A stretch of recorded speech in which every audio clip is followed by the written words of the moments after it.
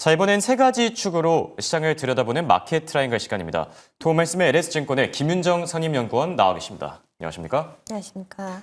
자, 오늘의 첫 번째 키워드 바로 확인해 볼까요? 첫 번째 키워드 보여주시죠. 비자 장벽입니다. 주말 사이에 많은 이슈들이 나왔었죠. 트럼프 대통령 왜 이렇게 힘들게 만드는 걸까요?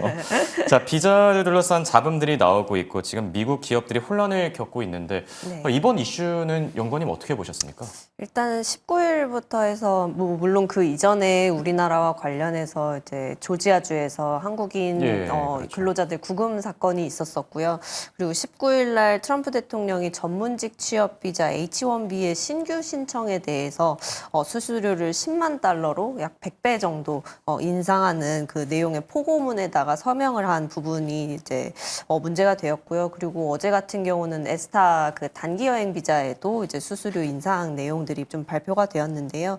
어쨌든 H-1B 비자 같은 경우는 이제 과학, 기술, 뭐 공학, 수학 이런 분야들에 해당하는 전문직 외국인 인력에 발급되는 비자다 보니까 특히나 이제 IT 업계에서의 수요가 많게 되고요. 그렇다 보니까 이제 이쪽 빅테크와 관련된 영역들이 좀 노출도가 있다라고 말씀드릴 수가 있겠습니다. 이제 근본 인상되는 수수료 같은 경우는 신규 비자 신청 시에만 적용이 되는 것이고 일회성이고 그렇죠. 기존의 비자를 보유하고 있거나 뭐 갱신을 해야 하는 인원들에는 적용이 되지 않는다는 점에서는 일단 우려를 제한해 볼 수 있는 방향이고요. 네. 그리고 시장에 미친 영향도 그렇다 보니까 일단은 제한적으로 나타나고 있습니다. 19일 일단은 미국 3대 지수 모두 상승하면서 마감을 했고 여전히 좀 투자 심리 강한 모습 보여주면서 투자자들은 이쪽 비자와 관련된 이슈보다는 오히려 뭐 연준의 금리 인하라든지 추가적인 인하 기조 이런 부분들에 조금 더 집중을 하는 모습이고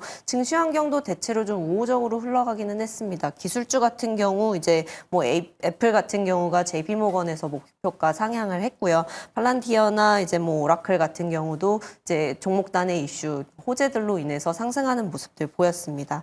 그리고 또 트럼프나 시진핑 같은 경우도 이제 정상 간의 전화 통화가 지난 6월 이후 처음으로 재개가 되면서 그리고 10월 말에 경주 에이펙 정상회의에서 회담을 가질 걸로 기대가 되면서 그러니까 관세와 관련된 불확실성이 좀 누그러드는 모습들 나타났습니다. 네.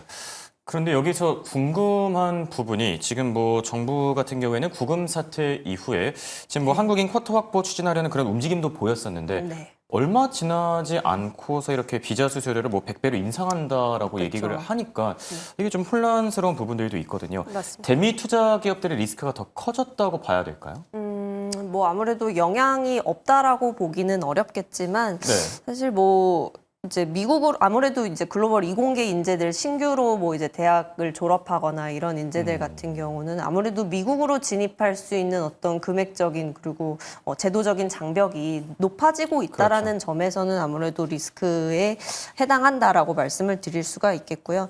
다만 이제 우리나라로 국한해서 뭐 우리나라를 타깃으로 한 거냐 이런 부분에 있어서는 사실 좀 제한적으로 보고 있는 것이 사실 H-1B의 비자를 받아가던 그런 국가들의 쿼터를 본다면 70% 이상이 이제 인도 인력에 해당하는 부분이고요. 그리고 10% 정도를 중국인이 차지하고 있기 때문에 그 두 개 국가를 합산했을 때 이미 80%가 넘어가는 절대 다수를 좀 차지를 하고 있다라고 말씀드릴 수가 있겠습니다. 우리나라 같은 경우는 뭐 5위권에 해당하기는 하지만 앞서 말씀드린 두 인도나 중국 대비했을 때는 적은 비중이다라고 말씀을 드릴 수가 있을 것 같고요. 이런 부분들이 주가상으로도 이제 19일 장에 나타나게 됐는데 미국에 상장된 인도 IT 기업들의 ADR 주가가 좀 약세를 보였습니다. HCL 테크놀로지스라든지 TCS와 같은 부분들이 좀 약세를 보이면서 이런 영향이 나타났다 말씀드릴 수가 있을 것 같고요. 트럼프 대통령의 좀 강력한 이민자 제한 정책이 어쨌든 고부가 가치를 창출하는 전문 직군에까지 좀 영향을 미친 부분들은 사실 좀 미국 내에 있는 빅테크 기업들에까지 좀 인력 확충에 차질을 빚는 거다 보니까 사실 뭐 추후에 조율될 가능성에 대해서도 좀 오픈해서 생각을 해보아야 하지 않겠는가라고 생각해 볼 수 있을 것 같습니다. 네, 실제로 간밤에 이제 마이크로소프트도 그렇고 뭐 구글도 그렇고 아마존도 그렇고 지금 이 뭐 비자 대상자들에게 미국을 당분간 떠나지 말아라, 좀 더 지켜보자 이런 얘기들도 했다고 네. 하더라고요. 빅테크 기업들의 이 인력 확보에 뭐 차질이 미칠지는 좀 더 지켜봐야 될 듯 하고요. 자, 두 번째 키워드도 같이 확인해 볼까요? 두 번째 키워드는 관세 47배입니다. 이 47배라는 단어가 네, 언론에서도 많이 등장하더라고요. 올해 네. 2분기에 대미 관세가 47배나 늘었다. 네. 그럼에도 불구하고 또 국내 증시 자체는 또 좋은 모습을 보여주고 있는데 네. 앞서서 뭐 이재명 대통령의 속보 내용도 있었죠. 뭐 한미 간의 관세 문제를 조속히 해결하겠다. 네. 국내 증시 뭐 괜찮은 걸까요? 관세 문제 어떻게 보시죠? 일단은 뭐 관세 같은 경우는 종전 같은 경우 이제 한미 통상이 애초에 FTA 협상에 의해서 이루어졌었기 때문에 거의 뭐 관세에 대한 부분이 없다시피 한 부담이 거의 없다시피 한 상태에서 무역 관계가 이어져 오다가 사실 요번에 이제 상호 관세 부과하고 그리고 한미 간의 이제 관세 협약 이후에 좀 이제 부과가 된 거기 때문에 이전보다 그러니까 4월 당시에 예고했던 수준보다는 낮아졌지만 이전에 거의 없던 수준 대비했을 때는 높아진 모습이다 보니까 그렇죠. 사실 47배라는 숫자가 그런 부분에 있어서 좀 나타나게 된 숫자이지 않은가라고 말씀을 드릴 수가 있을 것 같고요. 절대 관세 레벨 지금 자료화면 살펴보시다시피 네. 이제 중국이나 멕시코와 같은 다른 이제 무역 상대국들 대비했을 때는 그렇게 높은 수준이라고 보기는 뭐 어렵다라고 말씀을 드릴 그렇죠. 수가 있겠습니다.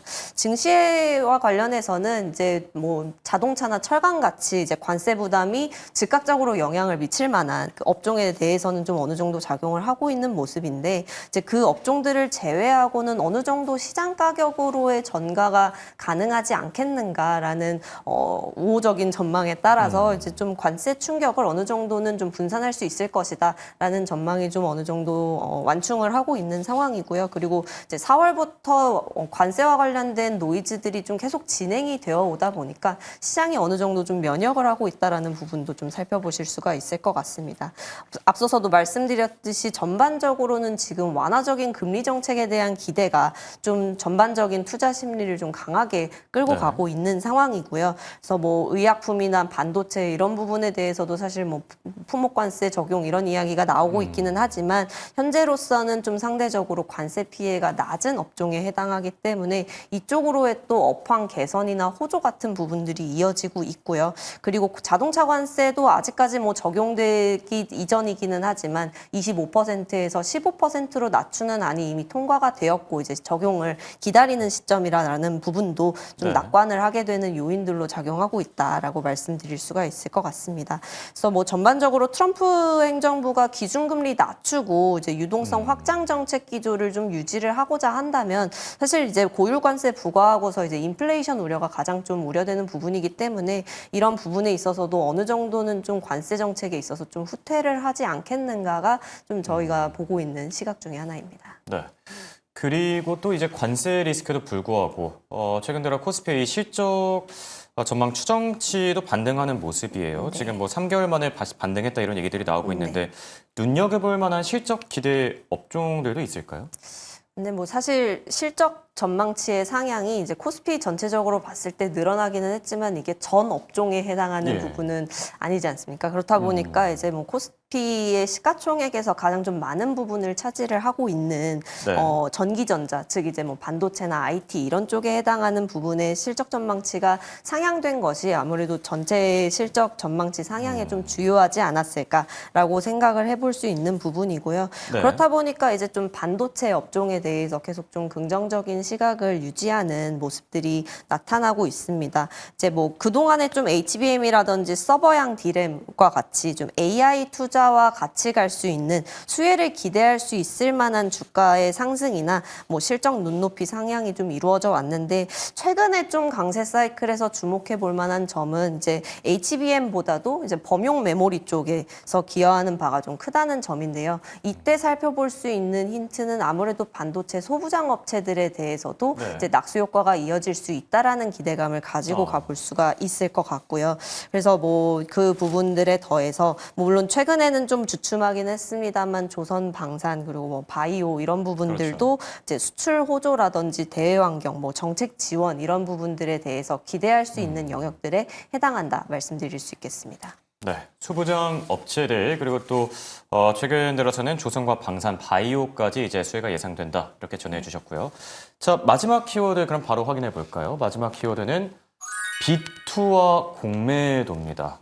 최근 들어서 코스피 B2와 공매도가 함께 늘어나고 있다고 하는데 네. 보면은 시장이 어떤 극단적인 어떤 양극화 현상이 지금 계속되고 있는 것 같아요. 이게 박스권의 시작이 다시 될 수도 있는지 어떻게 생각하십니까? 일단은 뭐 한국 증시 최근에 또 올해 들어서 본다면은 연초에 2,400포인트가 채 안 되는 네. 수준에서 시작을 했다가 지금 보면은 3,445포인트를 넘어서고 있는 모습인데요. 그렇다 보니까 뭐 1,000포인트 이상 이렇게 상승을 하는 부분들이 워낙 이례적인 케이스였다 보니 이제 빠른 증시의 상승과 더불어서 이제 시장 거래대금도 당연히 늘어났을 것이고요. 그만큼 뭐 시장의 기대치가 좀 높아지는 한편 또 공매도 수요도 높아지는 부분들이 같이 나타나고 있다라고 말씀드릴 수가 있을 것 같습니다. 그래서 신용거래융자 잔고나 이제 뭐 주식 대차, 뭐 공매도 잔고 모두 좀 같이 상승하고 있는 모습들이 나타나고 있는데 그만큼 이제 투자자들이 뭐 증시의 상방이나 하방 리스크에 모두 좀 베팅하는 수요를 높이고 있고 그런 부분들이 결국 이제 증시에 영향을 미치는 어떤 요인들의 민감도를 높이는 변동성을 자극할 수 있는 부분으로 좀 해석을 해볼 수가 있겠고요. 다만 이제 제가 조금은 낙관을 하고 있는 부분은 과연 그럼 이 신용잔고가 늘어나고 있는 수준이 얼마나 심각한가인데 이전의 랠리였던 이제 팬데믹 이후에 2020년 하반기서부터 2021년 상반기까지 이제 랠리 구간에서 살펴본다면은 그때도 신용잔고가 빠르게 증가하는 모습들을 보였었거든요. 네. 근데 그때와 비교했을 때 현재 지수 레벨 대비 신용잔고가 늘어나는 속도가 이전만큼 그렇게 가파르지는 않다라는 측면에서 지금 현재의 신용잔고 레벨이 아주 부담스러운 상황은 아니지 않겠는가라고 말씀을 드릴 수가 있을 것 같습니다. 네. 자, 그렇다면 투자 전략을 어떻게 세우는 게 좋을지, 원달러 환율도 지금 많이 올라섰고, 또 이번 주에는 반도체 풍량계 마이크론의 실적도 예정돼 있죠. 맞습니다. 한 주 투자 전략 어떻게 세우는 게 좋을까요? 일단은 뭐 말씀해 주셨듯이 마이크론의 실적 발표가 이제 반도체에 대한 뭐 지금 투자 심리가 긍정적으로 유지되는 상황에서 네. 가장 투자자들이 좀 주목하는 이슈이지 않겠는가라고 생각을 해볼 수가 있을 것 같고요. 어쨌든 올해 한국 증시를 좀 전반적으로 지지하고 있는 영역 중에 하나는 또 코리아 디스카운트 해소 기대감 이런 부분들에 따라서 이제 정책 기대감들 이어지고 있는데 관련한 부분들도 계속 좀 오늘 아침에 뉴스도 그렇듯이 좀 계속 긍정적인 방향을 이어나갈 수 있을 것 같습니다. 다만 이제 지난주 후반에 다시 이제 좀 원달러 환율이 반등하면서 이제 1,400원 근방까지 올라간 부분이나 뭐 이제 그런 부분들은 조금 유의를 하셔야 되겠다라고 말씀을 드리고 있고요.